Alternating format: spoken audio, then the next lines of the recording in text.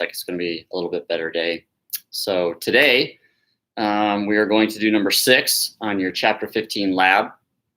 So we'll actually be taking a trait test, one of many actually, down towards the end, the Myers-Briggs, Enneagram, our trait tests. I want to clarify one thing real quickly. So again, so yesterday you had the information, as Peyton asked, to go back and label everything core and surface traits, if that's what the tests are measuring. I'm thinking, I can't remember, I think we got it cleared up in the live session in the afternoon, but probably most of those are going to be surface traits that we have done before, except for the id, ego, superego test, which according to Freud, that would be a core, those would be core source traits. So I think we did that one number 2. So I think all of them to this point are going to be surface traits, except for number 2 and number 5. I'll go back and look and make sure, but I think that's good. So I didn't want to mislead anybody. So according to Freud, the id, ego, and superego, again, remember, are core systems, dimensions of our personality. So those would be core traits that come from there, okay? And then again, it's okay if you put some of them measure both or whatever, but this is going to be a trait test. So again, supposedly the one today, so this is number 6. So this will be the Eysenck for core trait test. Okay, so this is going to measure core traits or source traits, right? So this is actually key dimensions of your personality, of which Eysenck said that there was only 2 core traits that we have. So I'm gonna let people kind of join in here, and then we'll start with the test. If you're out and ready to go, if you want to go ahead and number 1 to 15, you do not need to skip spaces. You're just simply going to write down true or false if it describes you or not. And this test will relate to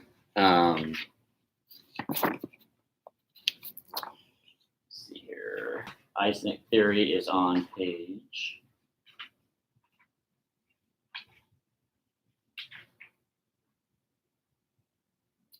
615. So you don't have to turn there now, but if you want to eventually turn to page 615 in your book, or if you want to reference it later, you can. But that's where the Eysenck, which I hope I'm pronouncing his name right, theory is. Okay, so it is a trait test today, number 1 to 15, and you do not need to skip spaces. You're just simply going to write down true or false. Okay. All right. Okay, so personality test number 6, here we go. Number 1, I prefer my room clean. I prefer my room to be clean. Just simply writing down true or false if that's an accurate statement. Okay, number 2, I am comfortable exceeding the speed limit. True or false?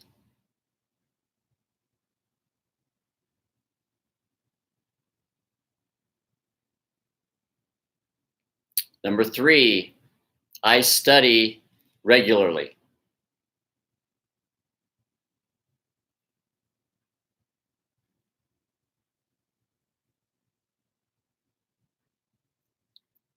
Number 4, I often take advantage of friends or family.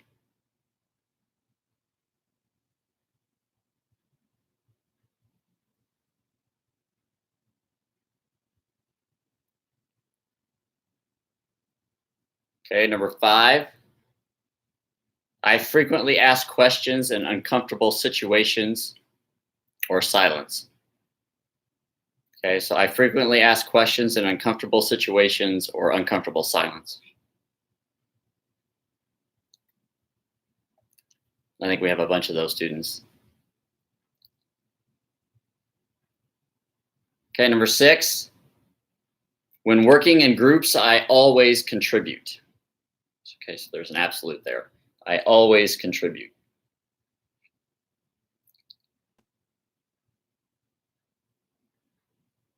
Number 7, I do not get anxious before important events.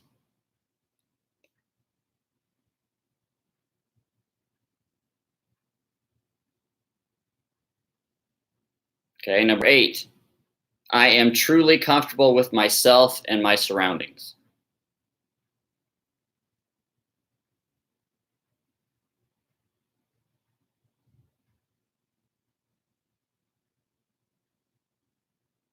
Number 9, I often wish I could change something about myself.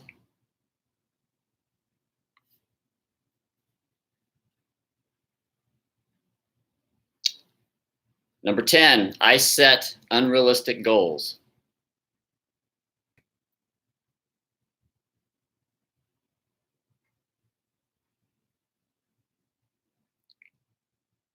Number 11, I prefer sticking to a routine.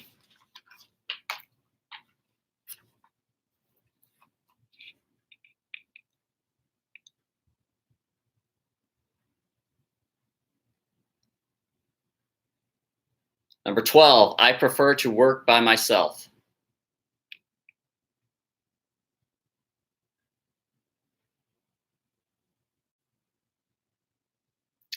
"13, I enjoy meeting new people.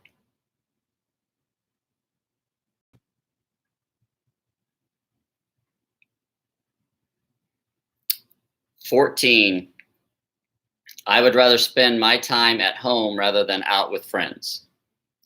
Okay, so rather spend time at home than out with friends.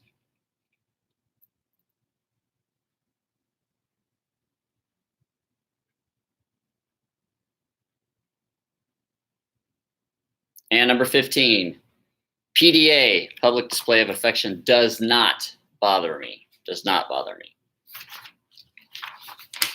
Okay, all right, I think we had some people join in here, so I'm going to go 1 through 5, look like it by 5.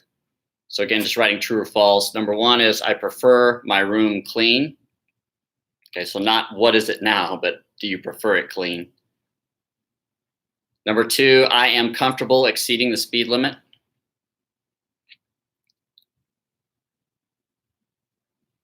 Number 3, I study regularly.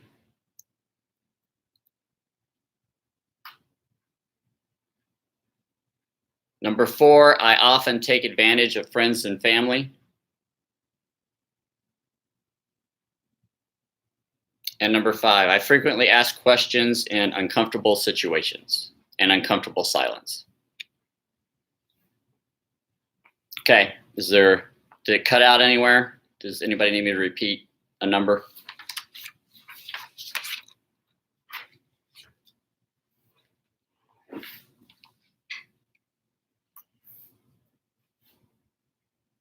Okay, are we good? Okay, so for each number, I'm going to tell you to put down a -1 or a +1 depending on your answer. Okay, so there's basically 2 choices. There's a +1 answer and a -1 answer. Okay, and it switches whether it's true or false. Okay, but those are your only choices. Okay, so on number 1, true is +1, false would be -1. Okay, number 2, true is -1, false is +1. Number 3, true is +1, false is -1.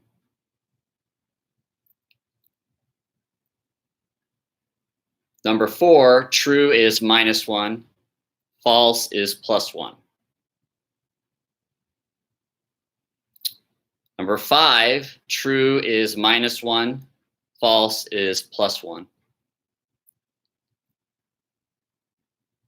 Number 6, true is +1, false is -1. Number 7, true is +1, false is -1. Number 8, true is +1, false is -1. Number 9, true is -1, false is +1. Number 10, 1, false is -1. Number 11, true is -1, false is +1. Number 12, true is +1, false is -1. 13, true is +1, false is -1. 14, true is +1, false is -1. And 15, true is +1, false is -1. Okay, so then you're supposed to add those up together, and then it should get you a number. Your number might be negative, or it might be positive, or it could actually be 0. So add up all your negative ones and your plus ones. And this does require you to add mathematically negative numbers and positive numbers. So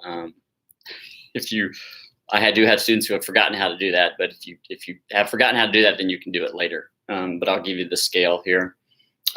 This is also a popular one that students like to give other people and their family and friends. So yeah, you can go back and you can just listen to the audio and have them take it, and then you have the score sheet based on what you did. So you have your +1 or -1, and then the opposite answer would be the other one. So based on what you wrote down, you have an answer key because you know what the other answer is. So there's only 2 choices, so you can kind of score it that way. You could also just listen to it again, and I go down each one, okay? All right, so you should have a number between like +15 and -15, okay? So that's the scope, okay? All right, so the 2 traits that this test is testing is on page 615, and it's stable versus unstable, okay? Now, this is one of the knocks with Eisenach's core trait is nobody wants to hear that they're unstable. In actuality, we all have a degree of unstableness on our personality. We all do. It's not kind of the socially loaded term that we think it is. Just like the Big 5 personality test, one of the core traits is neuroticism. We all have, which is basically anxiety. We all have a level of anxiety. Now, but they are culturally loaded negative terms, so nobody likes that. So, and if you go down and look and research this, actually, there are good traits with being unstable that might be considered positive that you might want. Because some of those, the choices are pretty both positive, but one's stable, one's unstable based on the trait theory, okay? So, if you got 10 to 15, okay, so your score was 10 to 15, then you are on the farthest spectrum of stable, okay? So again, it's like a sliding scale. 4 to 9 is moderately stable, okay? And then -3 to +3 is actually the very kind of normal bullseye right in the middle of stable and unstable, okay? So basically 0 or 3 to -3 and 0 in there, that range is the stable, the normal bullseye range, okay? And then anything to the right of that going higher towards 15 would be just more and more stable, okay? So -3 to +3, you're stable and you're unstable, or kind of, you're both, okay? You're both, right? Only on 10 to 15 are you completely stable, okay? Everything else you have some unstableness, okay?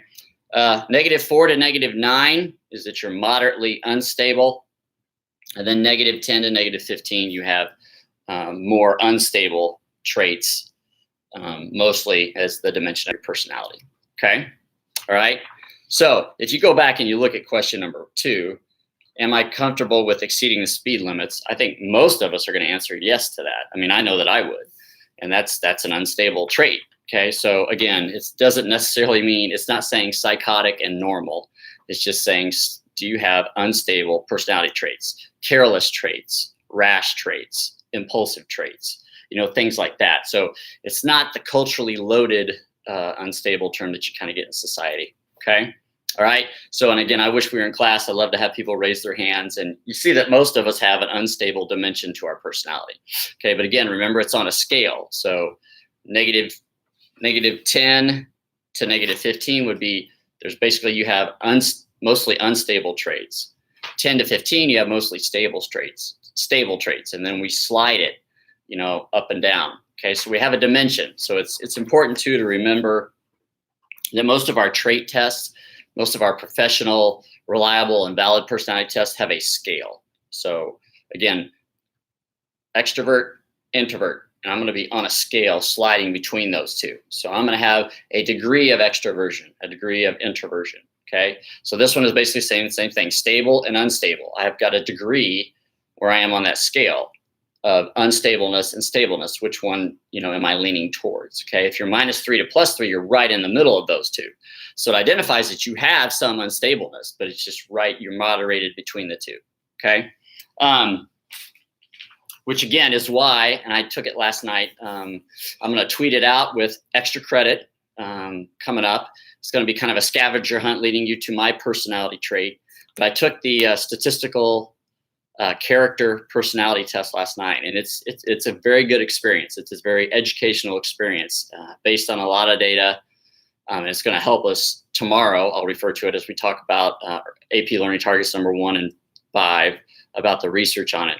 But it gives you a really good picture, because all the questions you have to slide basically gives you 2 trait choices, and you have to slide the bar on which one, what percentage are you, or where at the continuum are you for each trait. So it gives you a really good idea of kind of what a trait test does and how it measures it. And then, of course, it bases you. So I'm going to give you, I'm going to probably use Twitter. So if people are not able to access Twitter, you might help them out.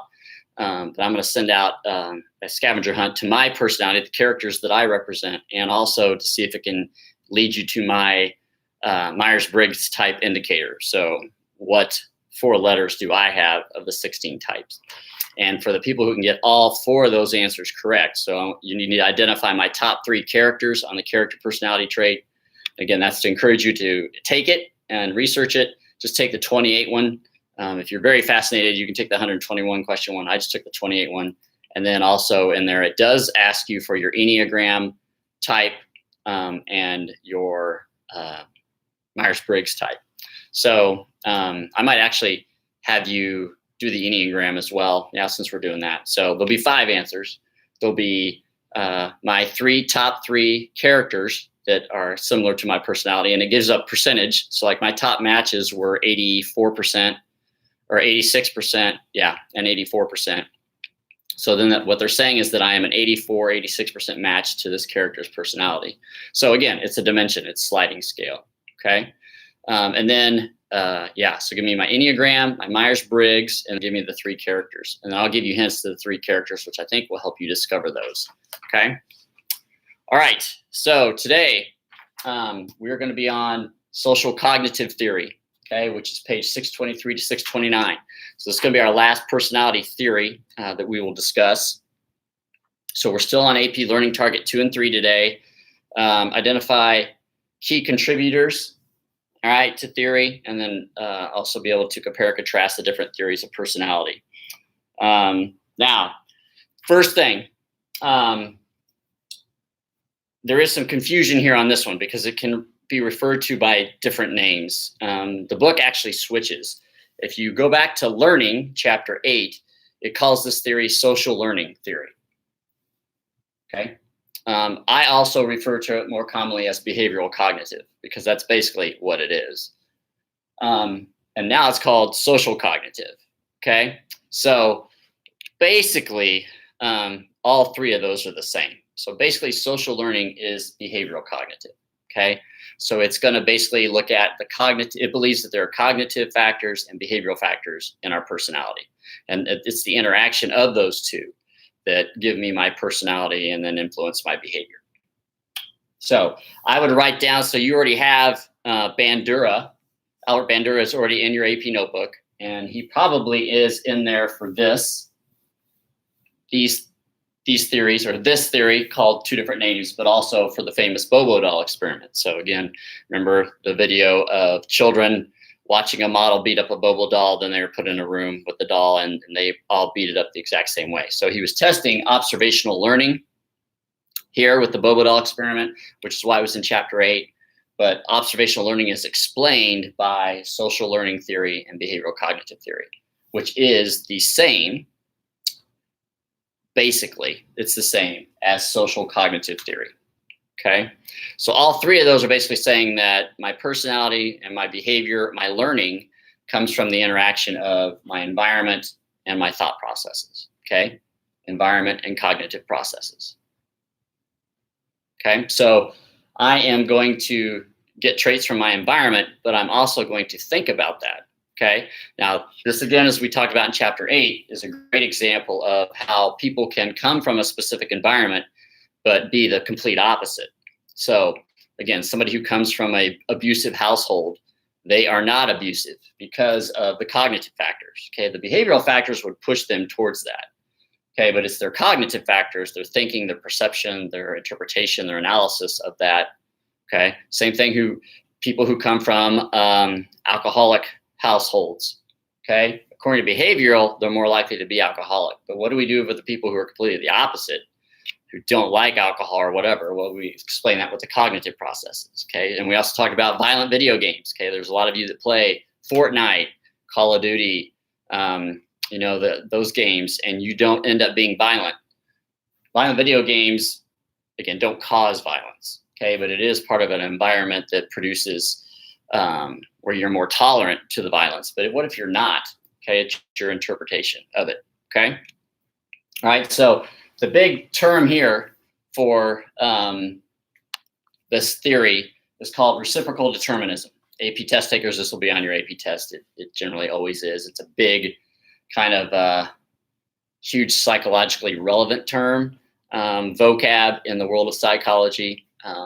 Okay, it was coined by Bandura. It's on page 623 and 624. So 623, they define it.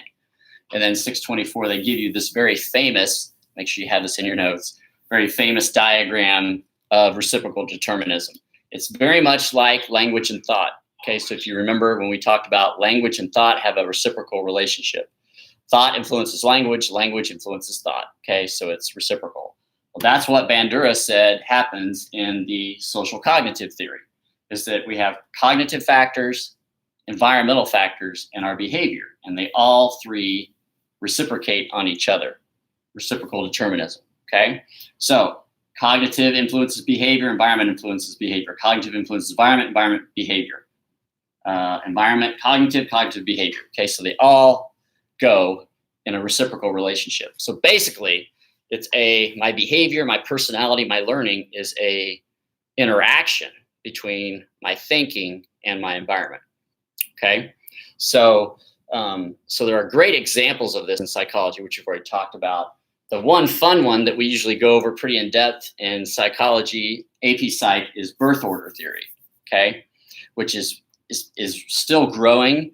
I'm giving you a really, really simple one because it's the only one I have here. But if you're very interested in this, you should research it online and Google birth order theory. You're going to get a lot of different theories out there. And there are some that are actually more complex than most of them are more complex than the one I have you. But I show this one because if you recognize some of these traits, this was actually a part of your humanistic trait test yesterday. Okay, so which I think I'm going to go ahead and do part 2. So part 1 was with the positive traits. All right, and basically they're traits from firstborn, middleborn, and lastborn.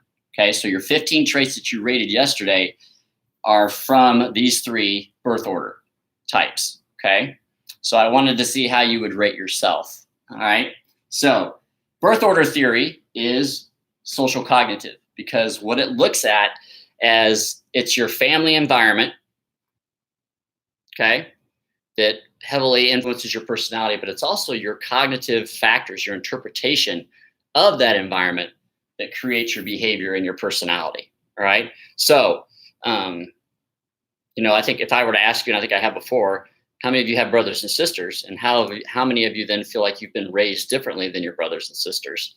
Okay. That's your interpretation of your environment, which impacts your behavior. Okay. So it means that both of them are there.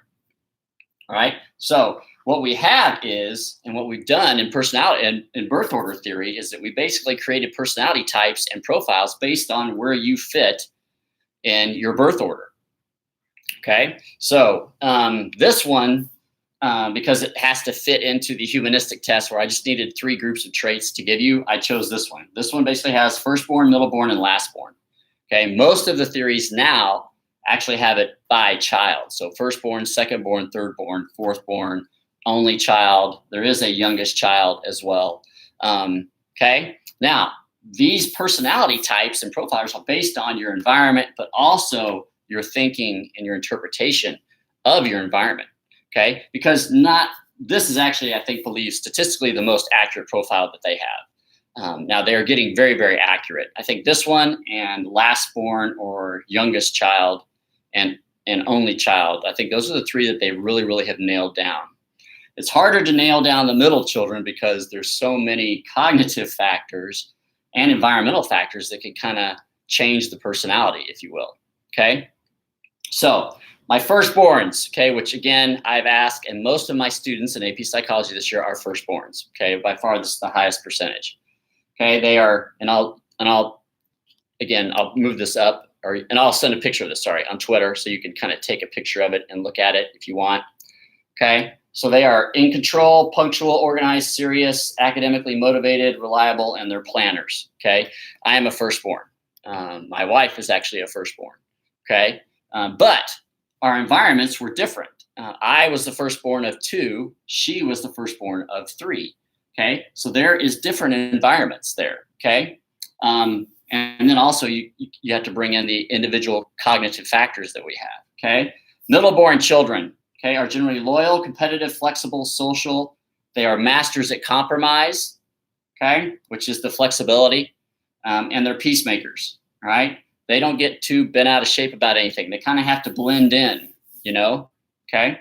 And then my lastborns, which are different than, this is actually a different profile. They divided this profile up into youngest born, also only child. So they've actually divided this one up. And then this one they divided up into like the number that you are. Like I'm the second child. I'm the third, fourth, fifth, sixth, whatever, okay?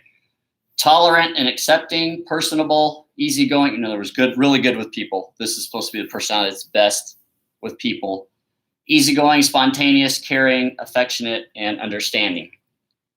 Now, there are several caveats and interesting facts that you need to know if you start researching birth order. Number one is after 7 years, if there's 7 years between you and the next child, this resets, okay? Because of cognitive factors and environmental factors, okay? So if there's a 7-year gap between anybody in your family, it resets because the environment is influenced enough because of the gap, and also so are your cognitive factors, okay? So it's just a great theory when you look at it as a great example of social cognitive theory, okay? Because it can't be truly based on the environment or it would be 100% accurate, correct? Right? Okay? Although when we look at the environment, it's very, very complex. And like I said, my environment as a firstborn was very similar to my wife's, but it was still different because there was a different number of people in our family, which causes different thought processes, interpretations, okay, and cognitive interaction with my environment, okay? So it's a very complex theory, but it's a great example of how you can see the environment can influence my personality, but so can my thinking and my thought processes about my environment and about my family, okay? Now, of course, we have our twins, okay? Now,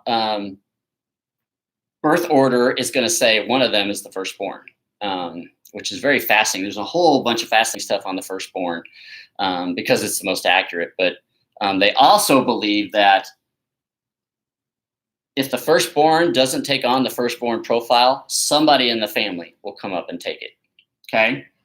All right, because it's needed for the environmental. And there's actually studies out there that say that it's kind of biological. It's like genetic. It's a nature. It's a survival of the fittest trait. A family has to have a firstborn, and somebody will come up and take it. And there are several examples I know of students where it's actually switched. The lastborn comes up as the firstborn, and the firstborn goes to the lastborn. Personality traits, okay? Again, interaction between the environment, and that's a huge cognitive factor influence, okay? Even though I was born environmentally as the firstborn, I don't want to be the firstborn. Cognitively, I don't want to. I want to have this personality.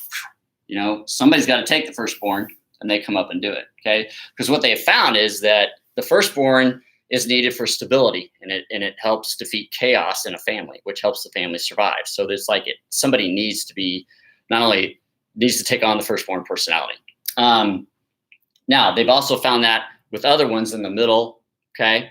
So it's just very fascinating research. It's very complex. I mean, you basically could do, again, personality psychology is a whole semester class in college. And you could actually spend probably a semester just studying this all by itself. It's that fascinating. So if you're really interested in personality and you want to see how your family environment impacts your personality, but also how you interact mentally with that environment, then you can look up first or birth order theory and just get a whole bunch of information. But it's a great example of social cognitive because you have the environmental family, but I also have my individual mental factors that kind of interact with that. Okay.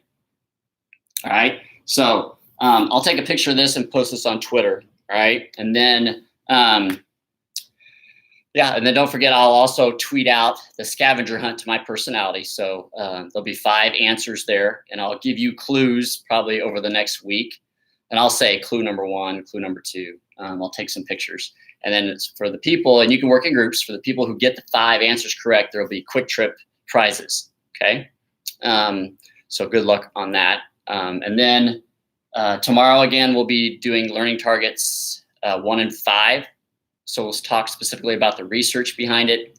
And then I think I'm going to go ahead and give you tomorrow the part 2 of this test for the humanistic. I'm going to do the positive traits, if you will, from each birth order. I can do the same thing with the negative traits, which I'll probably do tomorrow, just since some of you I know are interested in it. It's a very fascinating topic. Okay, especially if you're the only child, because there are 3 birth order traits profiles that you could fit. You could fit the firstborn because most people believe the family needs it. You could fit the lastborn, the youngest, or you could fit the only child. So it's very interesting if you are the only child to look at all 3 of those and see which one you have kind of chosen, if you will, to manifest, which is very, or did you take a blend of all 3? You know, that type of thing. It's very, very, very fascinating. Okay. All right. So I got a question, Kylie. So would children that fit in none of those categories be a mix of all? Kylie, I would probably say that there is better research out there and better theories out here. These are very, very general because there's only 3 categories. When if you look at other ones, and there's 2 other handouts if we were in class I was going to give you, and I blessed them at school, but the one that has actually it listed 1st, 2nd, 3rd, 4th, 5th, 6th, 7th, 8th, I think it goes all the way to 9th born, and then it has only child, last born. You know, they get pretty specific. So I think the answer is yes, you could be a combination of all these, but actually that mostly would be what the middle born would do. These are the ones in the middle here between the first and last that actually kind of have generally everybody's traits. Which I know that you fit, so you would fit that. So actually your question generally comes from a middle born. If you can't peg yourself, you'd be here. But at the same time, if you go look at more of the specific research, I think it differentiates it out better so that you can find a place to fit. Okay. And then also hold off because tomorrow we'll do the negative traits of this, or kind of the more unstable traits, if you will. And then maybe you'll have a better look. But I think, again, if we go into it, you know, just knowing Kylie and her family, yeah, Kylie, you have some of these traits definitely here.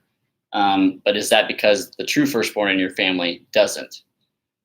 So anyway, you have the interesting environmental cognitive factors. Okay, so that'd be also something else you got to look at. Again, there are books written on this theory, textbooks and stuff, and it's really interesting, fascinating read. I read one 2 summers ago, and it was just fascinating. It's amazing. So yeah, so if you're interested in it, research it. Okay. All right. Any other questions? All right. So keep working on chapter 15 assignments. Keep your lab going, and then I'll send out the scavenger hunt to my personality. And then also Thursday, again, hopefully will be the Enneagram day. So I'll kind of introduce that. And then Jada's going to have her instructional video on the Enneagram up there. So even if you've taken it, take it again. As she goes through the analysis. And then Monday, I think we'll go over AP Learning Target number 4, and I'll have my family as guests. And I might bring them in maybe on Thursday, do one of them on Thursday, and we'll discuss their personality. They have taken the Myers-Briggs. They are taking the Enneagram, and then I've also taken the character trait personality test last night, which we had a lot of fun with.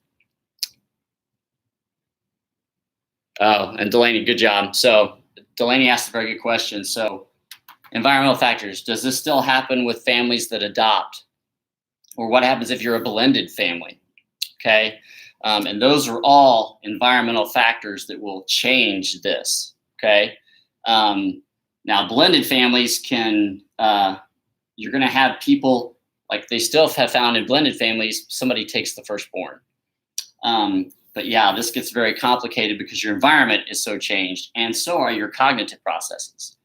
Adopting, yeah, does throw in this. And that basically, I mean, there's examples, there's no all answer. There's always cases of other things, but the adoption does impact the environment and it does impact my cognitive processes. So it would be a little bit different in here. And I know that there are actually studies where they're working on, if you do adopt, what does this look like? And that's one of the knacks of the theory right now, is generally it just explains a biological family. Okay. They're close to getting this kind of accurate for blended families, they believe. And then adoption, it just depends on how many. If you adopt one child, most likely the adopted child, no matter where they biologically fit, based on age, I should say, generally take on a middleborn or a lastborn trait, or sometimes the only child traits. So it's very rare, which is interesting, that an adopted child would take on firstborn, even if their age put them there. Again, environmental factors, cognitive factors. And in that adoption, you have cultural factors depending on what age that they were adopted. Okay. So yeah, great question. And I didn't mention that. So you can see how complex this would be. And there's researchers working full time on this theory to try to get it to fit adopted families, which again is part of that process. Like if you adopt, they tell you the things that you should consider. And some of that is on birth order theory. And same thing with blended families, families that go to counseling for issues when they become blended, they use birth order theory as well to kind of signify. What I think they believe is that we have these positions in birth order and somebody's going to fill them. And that they believe is possibly biological, is probably nature. So good question, Delaney. Any other questions on birth order? And this is the part that I hate not being in class, because this is a fun, fascinating, and I would give you 2 more tests with birth order. We would just have a lot of fun dissecting it and discussing it, and just showing that, still needs a way to go in reliability and validity, but they are gaining momentum and you're seeing some positive strides there, mainly in those 3 areas with a biological family, firstborn, youngest born, and only child. So, the rest of it, as kind of Kylie again emphasized, when you start getting into the middle personality profiles, they can kind of blend in. That's what they do, because they're in the middle. So definitely can see the environmental factors there, but also the unique cognitive factors that kind of can change the order and so on and so forth. Okay, any other questions? All right, long one today, almost 40 minutes. All right, but if you do have questions, email me. And if there are any really good ones, I'll address them on the afternoon live stream or even tomorrow. So if you have good questions, but Kylie and Delaney, thank you. Those were great, excellent, insightful questions. Okay. All right, everybody have a good day. Enjoy the sun, and I will talk to you soon. Miss you guys.